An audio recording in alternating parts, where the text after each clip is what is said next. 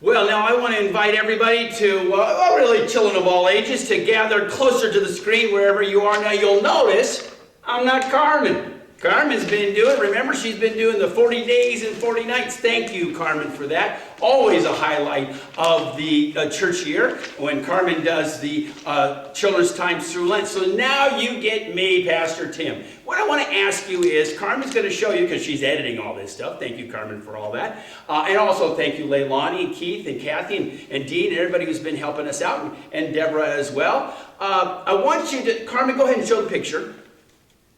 Now, do you know what that's a picture of? What's it look like?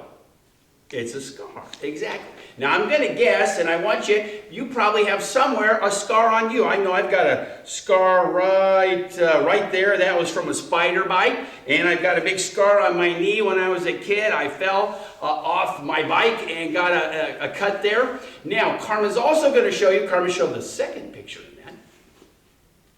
that. There you go. That is a scar that's healed.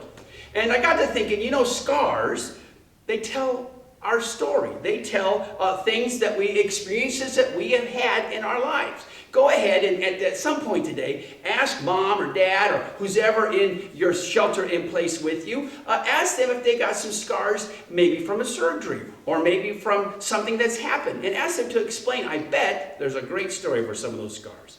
Jesus had scars too.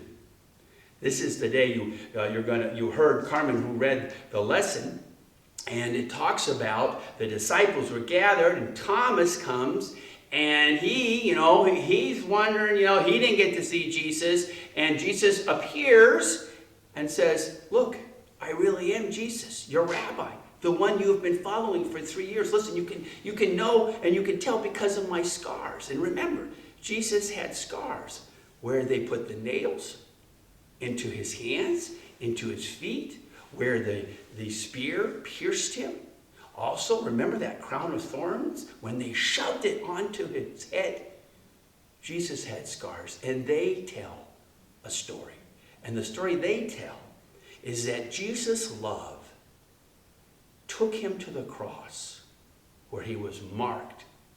Jesus has such a great love for us that those scars are part of his love story, of how much God loves us. So I want you to, at some point today, as you think about scars, think about the scars that Jesus bore for you and for me as an example of his love.